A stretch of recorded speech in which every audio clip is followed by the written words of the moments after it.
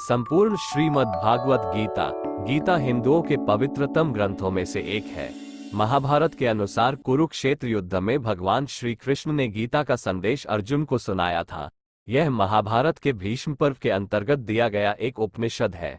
भगवत गीता में एकेश्वरवाद, कर्म योग, ज्ञान योग, भक्ति योग की बहुत सुंदर ढंग से चर्चा हुई है। गीता की पृष्ठभूमि महाभारत का युद्ध है।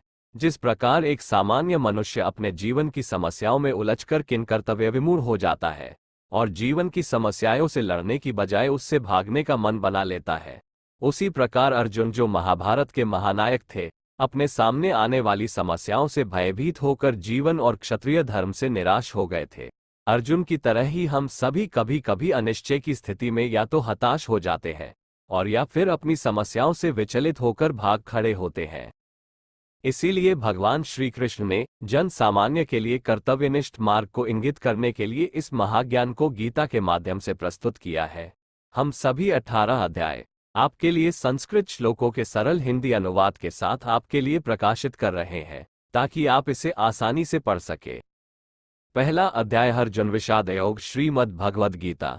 भगवान श्री कृष्ण ने अर्जुन को निमित्त बनाकर समस्त विश्व को गीता के रूप में जो महान उपदेश दिया है, यह अध्याय उसकी प्रस्तावना रूप है। उसमें दोनों पक्ष के प्रमुख योद्धाओं के नाम गिनाने के बाद मुख्य रूप से अर्जुन को कुटुंबनाश की आशंका से उत्पन्न हुए मोहजनित विषाद का वर्णन है। अथ प्रथमोऽध्याय। धृतराष्ट्र उवाच धर्मक्षेत्रे कुरुक्षेत्रे समवेता युयुत्सव माम काह पांडवाश्चैव किम कुर्वत संजय। धृतराष्ट्र बोले, हे संजय, धर्मभूमि कुरुक्षेत्र में एकत्रित युद्ध की इच्छा वाले मेरे पांडु के पुत्रों ने क्या किया।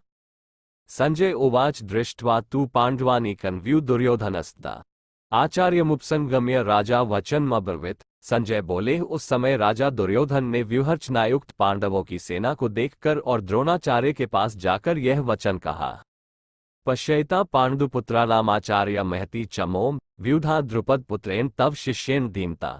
हे आचार्य, आपके बुद्धिमान शिष्य द्रुपद पुत्र धृष्टद्युम्न के द्वारा व्यूहाकार खड़ी की हुई पांडुपुत्रों की इस बड़ी भारी सेना को देखिए।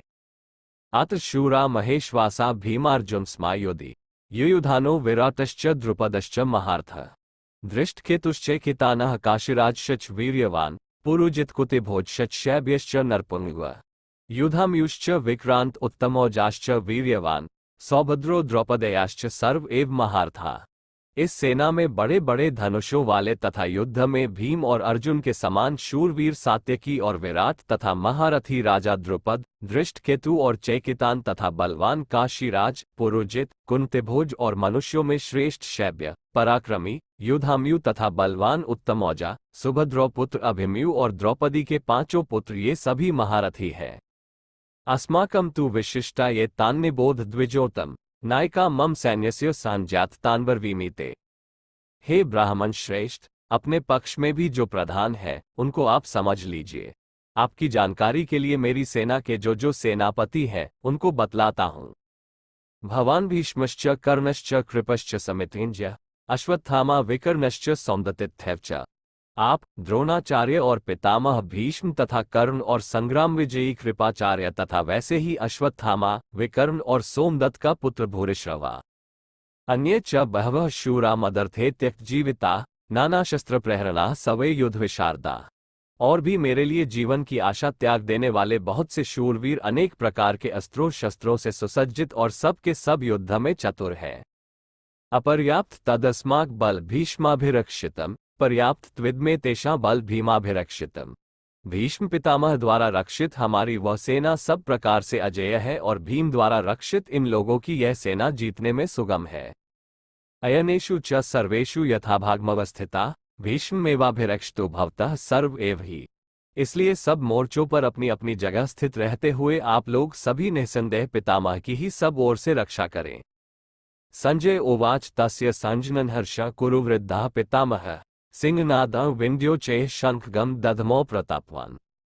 कौरवों में वृद्ध बड़े प्रतापी पितामह भीष्म ने उस दुर्योधन के हृदय में हर्ष उत्पन्न करते हुए उच्च स्वर से सिंह की दहाड़ के समान गर्जकर शंख बजाया। ततः शंखगाश्च भैर्यश्च पन्वान् गोमुखा सहस्वाभयहन्यन्त स शब्दस्तु मूलभवत्। इसके पश्चात शंख और नगरे तथा ढोल, मृदंग और नरसिंघे आदि बाजे एक साथ ही बज उठे। उनका वो शब्द बड़ा भयंकर हुआ। ततः श्वेतर्हयैर्युक्ते महती स्यन्दने स्थित माधवः पाण्डवश्चैव दिव्यो शंख गौ प्रदधमतो। इसके अनंतर सफेद घोड़ों से युक्त उत्तम रथ में बैठे हुए श्री कृष्ण महाराज और अर्जुन ने भी अलौकिक शंख बजाए। पांचजन्यम हृषिकेशो देवदत्त धनंजय पौंड्र दधमो महाशंखगम भीमकर्मावृकोदर। श्री कृष्ण महाराज ने पांचजन्य नामक, अर्जुन ने देवदत्त नामक और भयानक कर्म वाले भीमसेन ने पौंड्र नामक महाशंख बजाया। अनंत विजयम राजा कुंती पुत्रो युधिष्ठिर नकुलः सहदेवश्च सुघोष्मणि पुष्पको। कुंती पुत्र राजा युधिष्ठिर ने अनंत विजय नामक और नकुल तथा सहदेव ने सुघोष और मणिपुष्पक नामक शंख बजाए।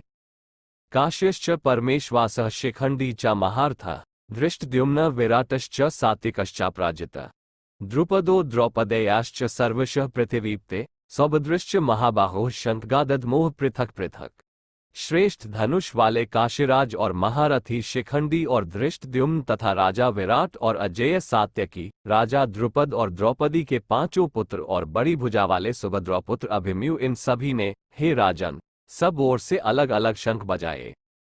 सघोषो धार्तराष्ट्राणा हृदयानि व्यदारयत नभश्च पृथ्वी चैव तुमुलो व्यनुनदन।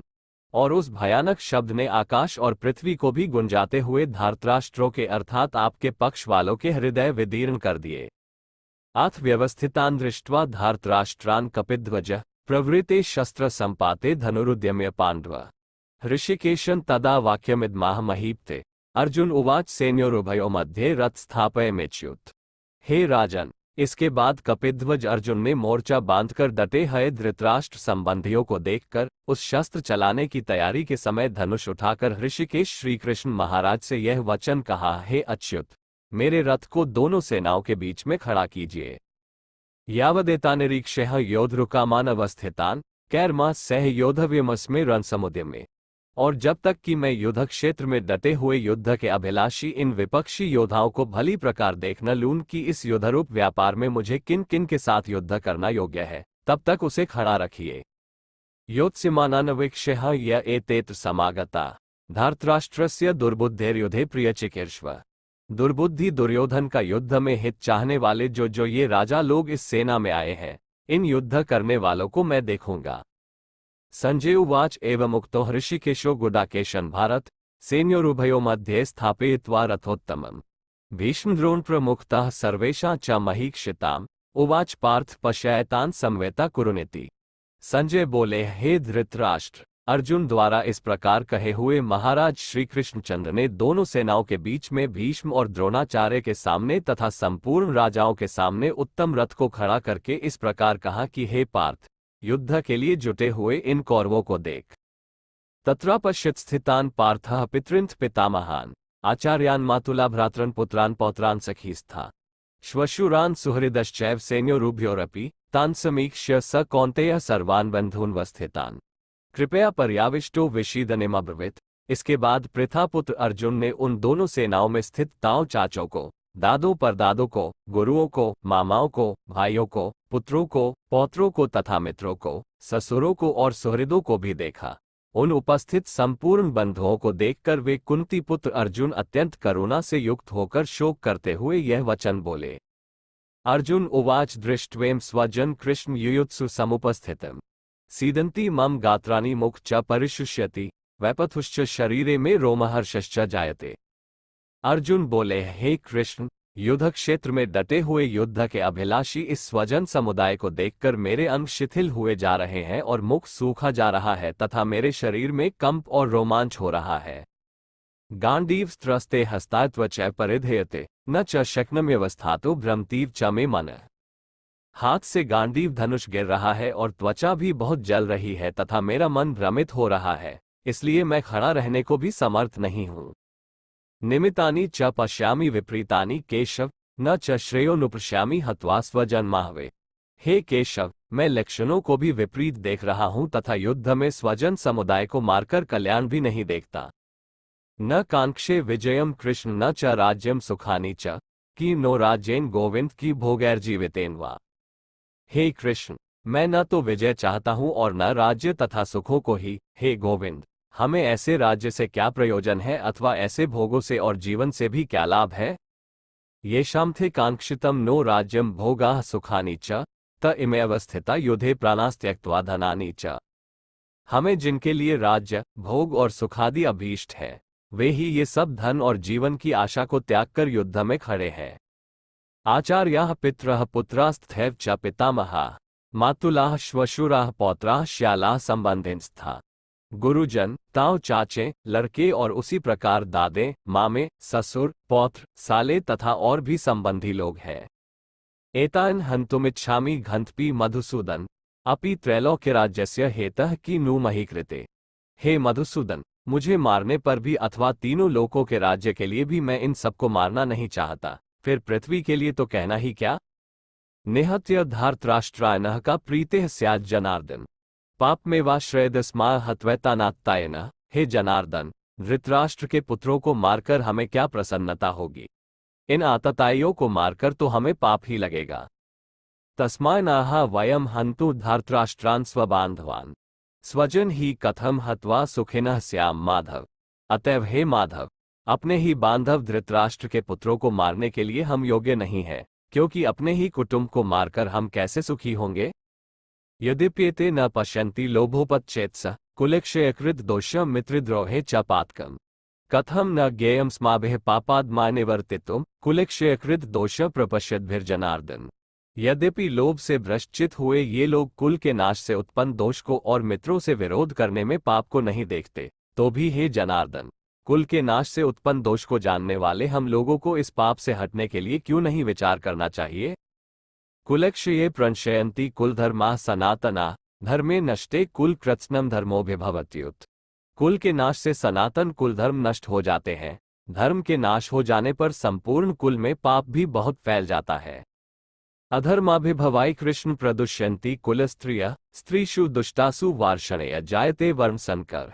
हे कृष्ण, पाप के अधिक बढ़ जाने से कुल की स्त्रियां अत्यंत दूषित हो जाती हैं और हे वार्षणेय, स्त्रियों के दूषित हो जाने पर वर्ण संकर उत्पन्न होता है।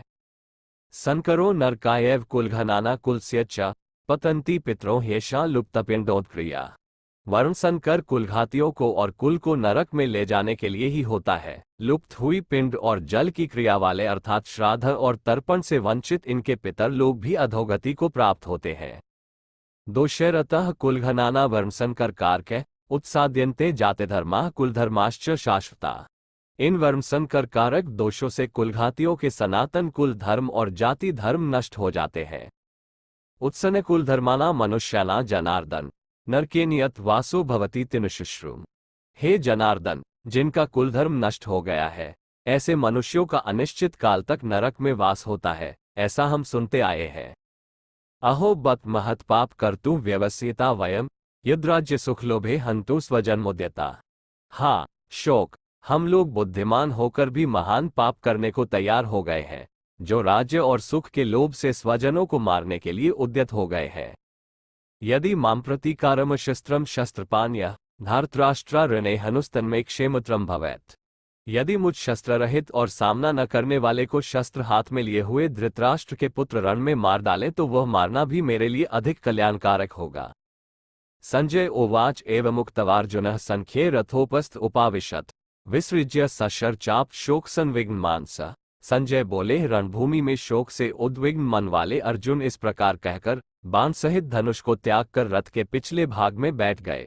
ओम तत्सदिति श्रीमद्भगवद्गीतासूपनिषत्सु ब्रह्मविद्या योग शास्त्रे श्रीकृष्णार्जुन संवादे अर्जुन विषाद योगो नाम प्रथमोऽध्यायः। इस प्रकार उपनिषद, ब्रह्मविद्या तथा योग शास्त्र रूप श्रीमद्भगवद्गीता के श्री कृष्ण अर्जुन संवाद में अर्जुन विषाद योग नामक प्रथम अध्याय संपूर्ण हुआ।